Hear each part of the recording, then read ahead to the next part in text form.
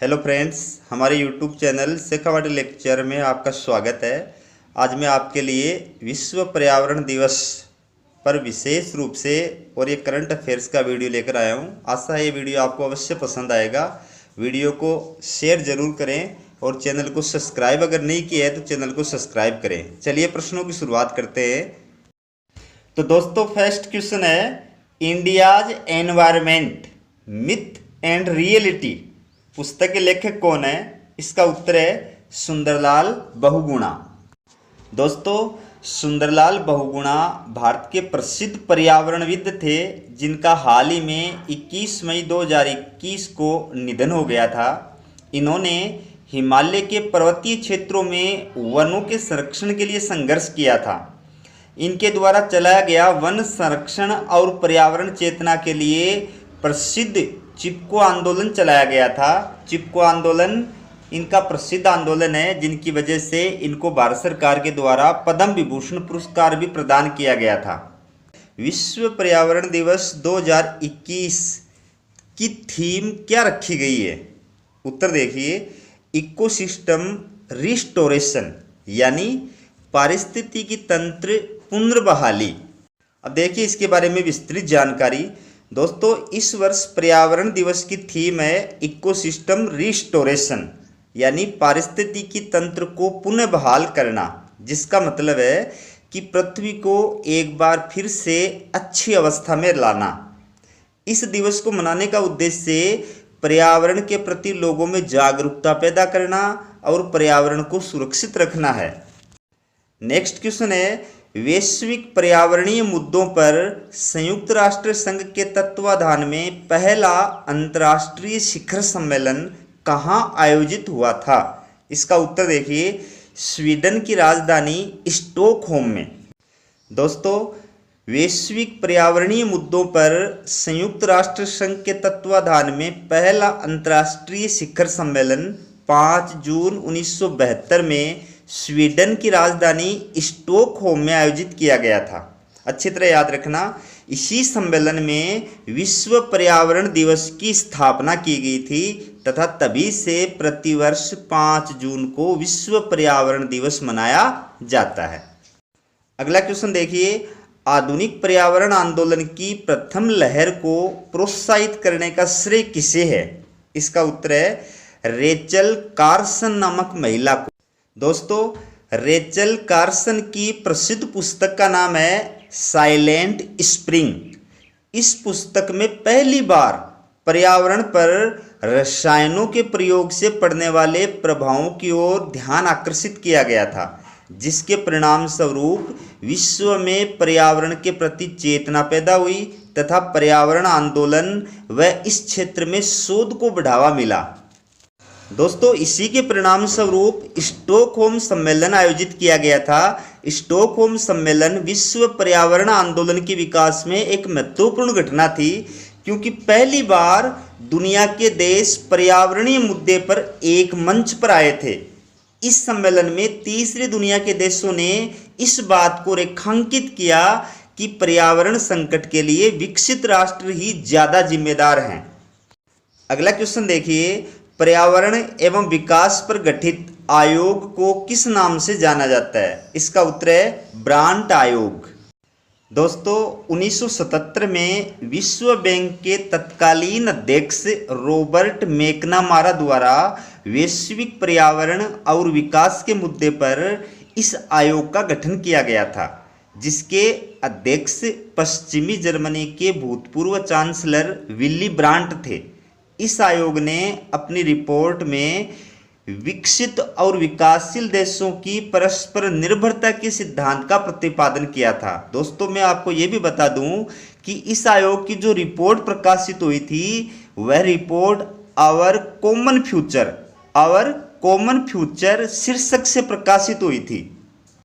दोस्तों, इस आयोग ने वैश्विक पर्यावरणीय मुद्दों पर उत्तर दक्षिण संवाद के साथ साथ पोषणीय विकास की धारणा पर भी जोर दिया था। दोस्तों, मैं आपको यह भी बता दूं, उत्तर दक्षिण संवाद का मतलब क्या होता है। देखिए, उत्तरी गोलार्ध में स्थित जो देश हैं वो विकसित देश हैं और दक्षिण गोलार्ध में स्थित जो देश हैं वो विकासशील देश हैं। तो वैश्विक पर्यावरणीय मुद्दों पर विकसित और विकासशील देशों के बीच में संवाद यानी बातचीत को बढ़ावा देने की प्रक्रिया को ही उत्तर दक्षिण संवाद के नाम से जाना जाता है। तो एक तो इस आयोग ने उत्तर दक्षिण संवाद बढ़ाए जाने पर जोर दिया, इसके साथ साथ में पोषणीय विकास की धारणा पर जोर दिया।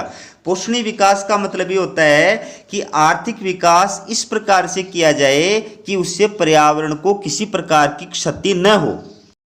अगला क्वेश्चन देखिए, किस भारतीय अभिनेत्री को संयुक्त राष्ट्र पर्यावरण कार्यक्रम UNEP यानी यूनाइटेड नेशन एनवायरनमेंट प्रोग्राम की गुडविल एम्बेसडर बनाया गया है? इसका उत्तर है अभिनेत्री दिया मिर्जा को। दोस्तों, संयुक्त राष्ट्र पर्यावरण कार्यक्रम यानी UNEP संस्था की स्थापना 1972 में की गई थी। जो स्टॉकहोम सम्मेलन हुआ था, उस सम्मेलन के अंदर ही इस संस्था की स्थापना की गई थी और इस संस्था का मुख्यालय नैरोबी में स्थित है। यह संयुक्त राष्ट्र संघ की पर्यावरण संबंधी गतिविधियों का नियंत्रण करने वाली सर्वोच्च संस्था है। इसके द्वारा प्रतिवर्ष विश्व के देशों की पर्यावरणीय स्थिति की रिपोर्ट जारी की जाती है और वर्तमान में इसकी जो ब्रांड गुडविल एम्बेसडर है वो भारत की अभिनेत्री दिया मिर्जा को बनाया गया है, जो 2022 तक इसकी गुडविल एम्बेसडर रहेंगी। अगला क्वेश्चन देखिए, United Nations framework convention on climate change UNFCCC का सचिवालय कहाँ स्थित है? इसका उत्तर है जिनेवा में। दोस्तों, रियो पृथ्वी सम्मेलन में वैश्विक पर्यावरण की रक्षा करने के लिए एक व्यापक संधि पर सहमति बनी, जिसे जलवायु परिवर्तन पर संयुक्त राष्ट्र संघ के नियमाचार यानी UNFCCC कहा जाता है। ये संधि 21 मार्च 1994 में अस्तित्व में आई थी। इस संधि पर हस्ताक्षर करने वाले देशों को पार्टियां कहा जाता है। दोस्तों, रियो पृथ्वी सम्मेलन क्या था, ये आगे मैं आपको बताने वाला हूं। अगला क्वेश्चन देखिए, पर्यावरणीय मुद्दे पर प्रथम पृथ्वी सम्मेलन किस वर्ष आयोजित हुआ था? इसका उत्तर है 1992 में। दोस्तों, 1992 में संयुक्त राष्ट्र संघ का पर्यावरण और विकास के मुद्दे पर केंद्रित एक सम्मेलन ब्राजील के रियो डी जेनेरियो में हुआ था, जिसे ही प्रथम पृथ्वी सम्मेलन कहा जाता है। अच्छी तरह याद रखना, ब्राजील के रियो डी जेनेरियो में जो सम्मेलन हुआ था उसको प्रथम पृथ्वी शिखर सम्मेलन कहा जाता है। इस सम्मेलन में जारी रियो घोषणा में साझी परंतु अलग अलग जिम्मेदारियों का सिद्धांत प्रतिपादित किया गया था। दोस्तों, साझी परंतु अलग अलग जिम्मेदारियों का सिद्धांत क्या होता है वो देखिए कि इस सम्मेलन में जो घोषणा की गई थी उसको रियो घोषणा कहा जाता है। तो रियो घोषणा में ये कहा गया था कि यद्यपि विश्व में पारिस्थितिकी को ज्यादा नुकसान विकसित देशों के औद्योगिक विकास से पहुंचा है, इसलिए उन्हें इस नुकसान की भरपाई की जिम्मेदारी भी ज्यादा उठानी चाहिए, परंतु धरती की पारिस्थितिकी तंत्र की रक्षा करना विकसित और विकासशील सभी देशों की जिम्मेदारी है। मतलब कि धरती को नुकसान पहुंचाने में विकसित देश ज्यादा जिम्मेदार हैं, लेकिन चूंकि धरती सबकी है इसलिए इसमें जिम्मेदारी भी सबकी है, लेकिन जिसकी जितनी जिम्मेदारी है उसके हिसाब से उसकी जिम्मेदारी का निर्धारण किया जाना चाहिए। इसी को बोलते हैं साझी परंतु अलग अलग जिम्मेदारियों का सिद्धांत। दोस्तों, प्रथम पृथ्वी सम्मेलन 1992 में की गई रियो घोषणा में ही पर्यावरण संरक्षण और आर्थिक विकास के लक्ष्यों को जोड़ने के लिए एजेंडा 21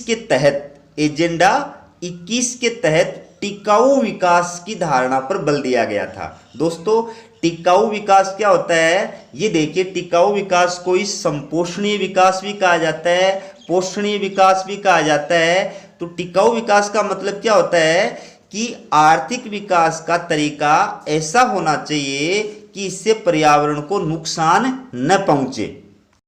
अगला क्वेश्चन देखिए, द्वितीय पृथ्वी शिखर सम्मेलन कहां आयोजित हुआ था? इसका उत्तर है न्यूयॉर्क में।